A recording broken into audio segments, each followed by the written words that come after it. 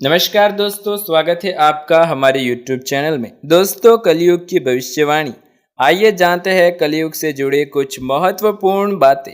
ज्योतिष और पौराणिक ग्रंथों में युग का नाम अलग अलग है। पौराणिक ग्रंथों के अनुसार 4 युग होते हैं: सतयुग, त्रेता युग, द्वापर युग और कलयुग। कहते हैं कि कलयुग में पाप अपने चरम पर होगा। वर्तमान में कलयुग अर्थात कलयुग चल रहा है।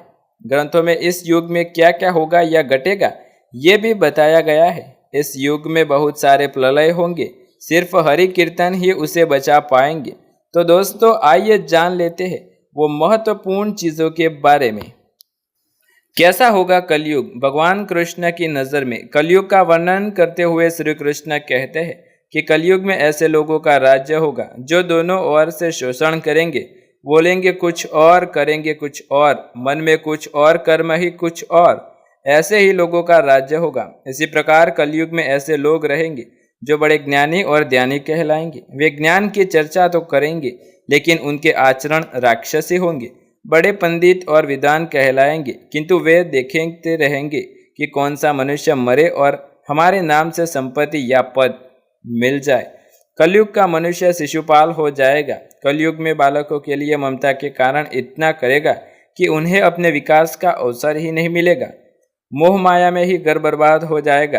किसी का बेटा घर छोड़कर साधु बनेगा तो हजारों व्यक्ति दर्शन करेंगे, किंतु यदि अपना बेटा साधु बनता होगा तो रोएंगे कि मेरा बेटा क्या होगा। इतनी सारी ममता होगी तो फिर मोह माया और परिवार में ही बंद कर रखेंगे और उसका जीवन वही खत्म हो जाएगा। अंत में बेचारा अनाथ होकर ही मरेगा।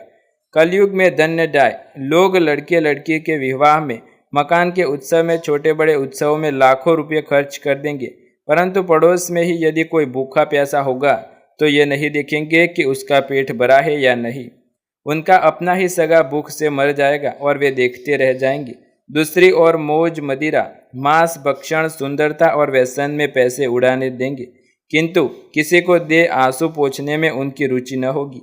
कलयुग में मानव का मन नीचे गिरेगा, उसका जीवन पतित होगा। यह पतित जीवन धन की शिलाओं से नहीं रुकेगा, न ही सत्ता के वृक्षों से रुकेगा, किंतु हरि नाम के एक छोटे से पौधे से, हरि कीर्तन के एक छोटे से पौधे से मनुष्य का जीवन पतन रुक सकता है। पुराणों में लिखा है कि जो व्यक्ति संगठन या समाजवेद विरुद्ध आचरण कर भारत की धार्मिक और सांस्कृतिक एकता को खंडित करेगा, उसका आने वाला समय में समूल नाश हो जाएगा। पुराणकार मानते हैं कि जैसे जैसे कलयुग आगे बढ़ेगा, वैसे वैसे भारत की गद्दी पर वेद विरोधी लोगों का शासन होने लगेगा। ये ऐसे लोग होंगे जो जनता को झूठ बोलेंगे और अपने कृत्यों को द्वारा एक दूसरे की आलोचना करेंगे, और जिनका कोई धर्म नहीं होगा ये सभी विधर्मी होंगे। ये सभी मिलकर भारत को तोड़ेंगे, अतः दुनिया को बर्बाद करेंगे। ज्यो ज्यो घोर कलयुग आता है, त्यों त्यों सौराष्ट्र, अवंती, अधीर, सुर, अर्बुद और मालव देश के ब्राह्मण वहां पर पधारते हैं।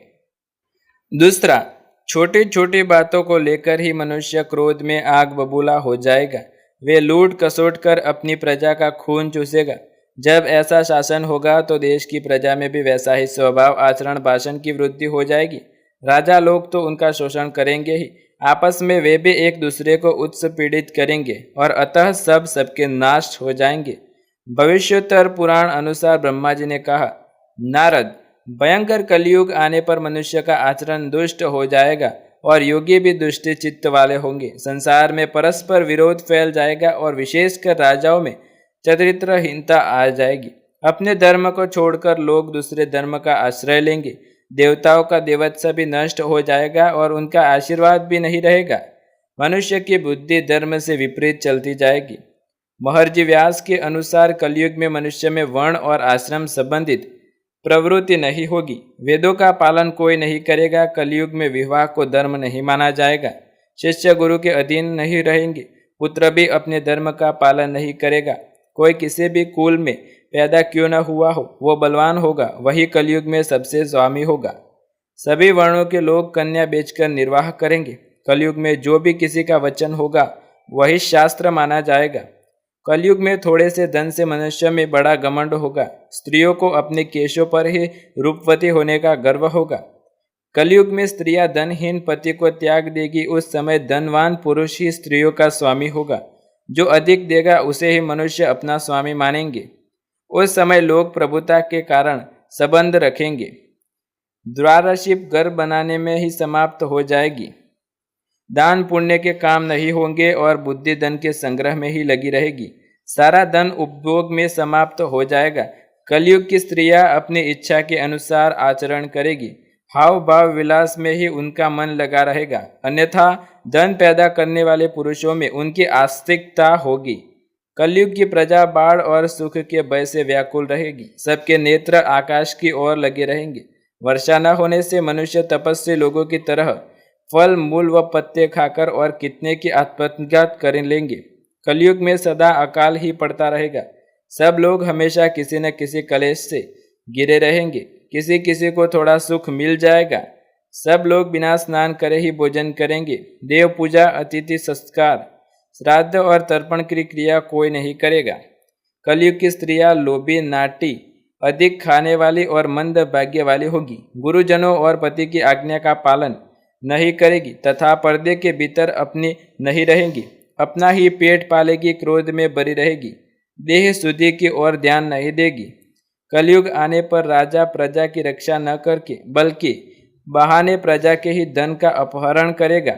अधम मनुष्य संस्कारहीन होते हुए भी पाखंड का सहारा लेकर लोग ठगने का काम करेंगे। उस समय पाखंड की अधिकता और अधर्म की वृद्धि होने लगेगी। आयु कम होती चली जाएगी। उस समय 5, 6 अथवा 7 वर्ष की स्त्री और 8, 9 या 10 वर्ष के पुरुष से ही संतान होने लगेगी। घोर कलयुग पर मनुष्य 20 वर्ष तक ही जीवित नहीं रहेगा। उस समय लोग मन बुद्धि व्यर्थ के चिन्ह धारण करने वाले बुरी सोच वाले होंगे। लोग ऋणी चुकाए बिना ही हड़प लेंगे और जिसका शास्त्र में कहीं विधान नहीं है ऐसे यज्ञों का अनुष्ठान करेंगे। मनुष्य अपने को ही पंडित समझेंगे और बिना प्रमाण किए ही सब कार्य करेंगे। तारों की ज्योति फीकी पड़ जाएगी। 10 दिशाएं विपरीत हो जाएगी। पुत्र पिता को वह बहू सास को काम करने भेजेगी। कलयुग के समय के साथ साथ मनुष्य वर्तमान पर विश्वास करने वाले सहस्त्र ज्ञान से रहित दंगी और अज्ञानी होंगे। तो दोस्तों, ये थी वो कलयुग से जुड़ी महत्वपूर्ण जानकारी जो हमने इस वीडियो पर जानी। यदि आपको ये वीडियो पसंद आए तो वीडियो को लाइक, शेयर, कमेंट कर दीजिएगा और चैनल पर नए हैं तो चैनल को सब्सक्राइब करके बेल आइकन भी ज़रूर दबाइएगा। ऐसे ही नए वीडियो देखने के लिए हमारे चैनल के साथ जुड़े रहे। मिलते हैं अगले वीडियो में। तब तक के लिए धन्यवाद।